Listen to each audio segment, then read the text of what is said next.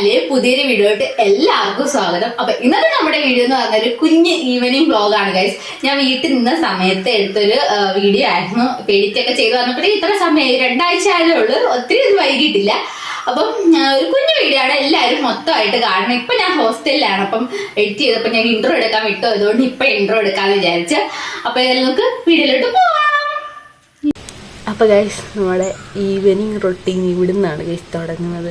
അപ്പോൾ evening routine തുടങ്ങുമ്പോൾ ഞാൻ ഫുഡ് കഴിക്കാൻ പോകും. അപ്പോൾ നിങ്ങൾ വിചാരിക്കില്ല ഈവനിങ് ആണോ ഫുഡ് കഴിക്കുന്നത്. ഇപ്പോൾ ഒരു സമയം 2:30 കഴിഞ്ഞു. അപ്പോൾ ഞാൻ ഒരു ചെറിയ മയക്കമൊക്കെ ആയിരുന്നു.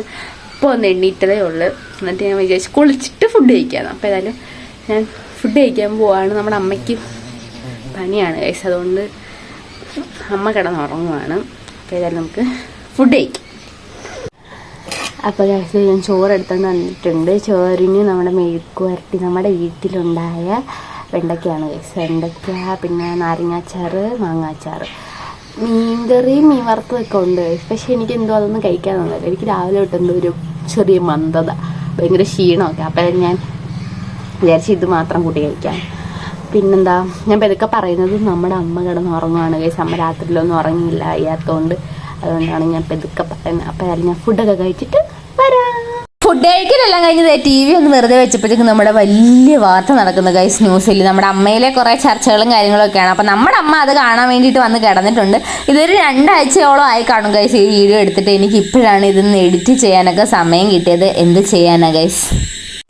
അപ്പോൾ അതേ ചോറൊക്കെ ഉണ്ടിട്ട് കുറച്ച് നേരം ഒന്ന് വിശ്രമിച്ചു. ഞാനൊരു വീഡിയോ ഒക്കെ ചെയ്യുമായിരുന്നു ഗൈസ്. നമ്മുടെ അച്ചൂട്ടൻ്റെ ബർത്ത്ഡേ ആണ്, അപ്പോൾ അതിന് ഇടാനായിട്ടൊരു വീഡിയോ ഒക്കെ ചെയ്ത് അമ്മ ദേണ്ട മുണ്ടൊക്കെ മടക്കുന്നുണ്ട്.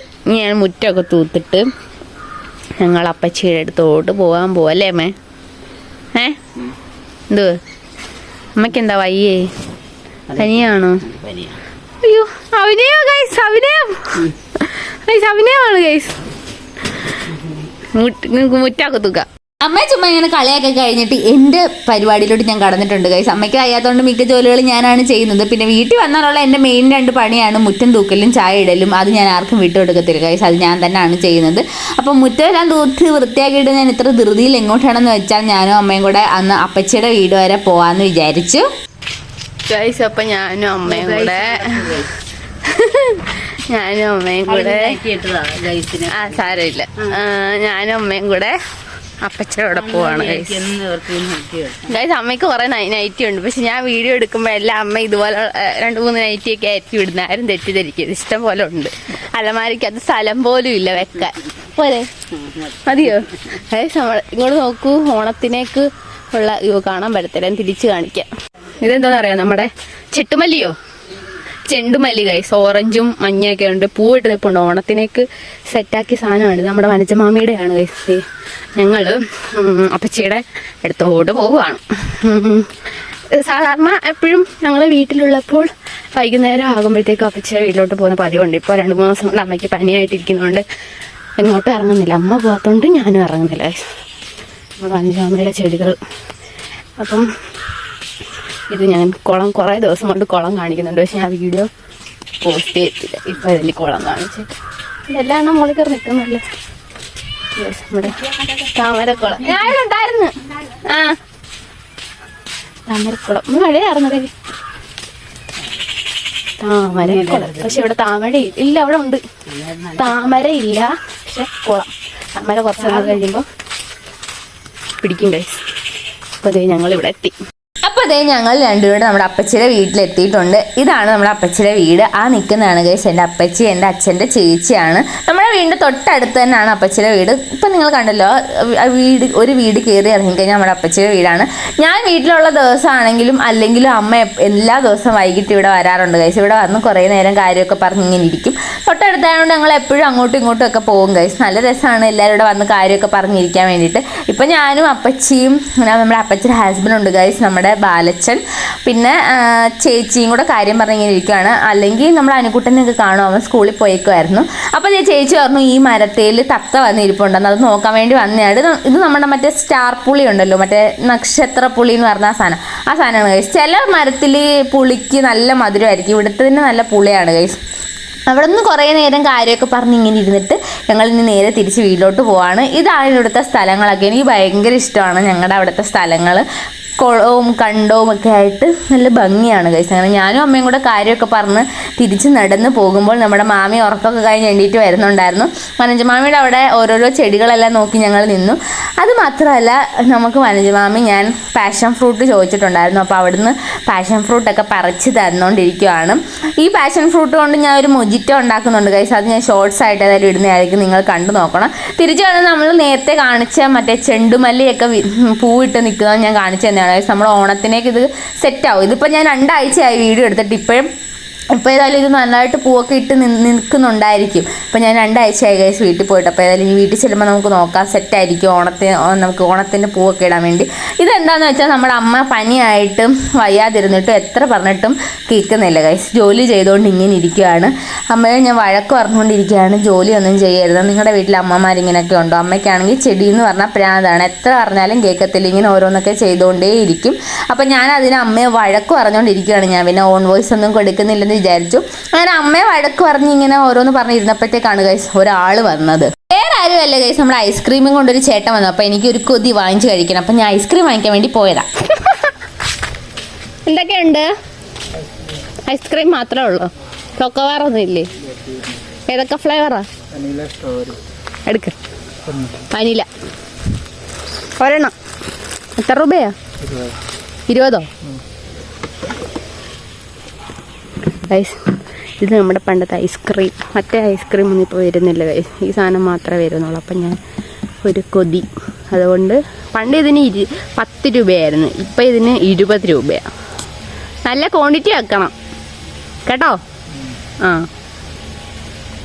ക്വാണ്ടിറ്റി നല്ലതായിട്ട് വെച്ചിട്ട് ചുമന്ന എനിക്കിഷ്ടമല്ല ഗൈസ്. ഐസ്ക്രീം ഗൈസ്, മാമിക്കും അമ്മയ്ക്കും പനി ആയതുകൊണ്ട് ഞാൻ ഒറ്റയ്ക്ക് തിന്നാൻ പോവുകയാണ് ഗൈസ്. ഐസ്ക്രീം ഗൈസ്, ഈ ഐസ്ക്രീമിന് ഞാൻ ഫോട്ടോ എടുത്തയാ, അതുണ്ടായിരുന്നു. ഈ ഐസ്ക്രീം ഫാൻസ് ആരെങ്കിലും ഉണ്ടോ ഗൈസ്? അമ്മയ്ക്ക് പനി ആയതുകൊണ്ട്, അല്ലെങ്കിൽ അമ്മ ഇപ്പോൾ വാങ്ങിച്ച് തിന്നേനെ. മാമിക്കും പനിയാണ്, അതുകൊണ്ട് ഞാൻ മാത്രമേ വാങ്ങിച്ചോളൂ.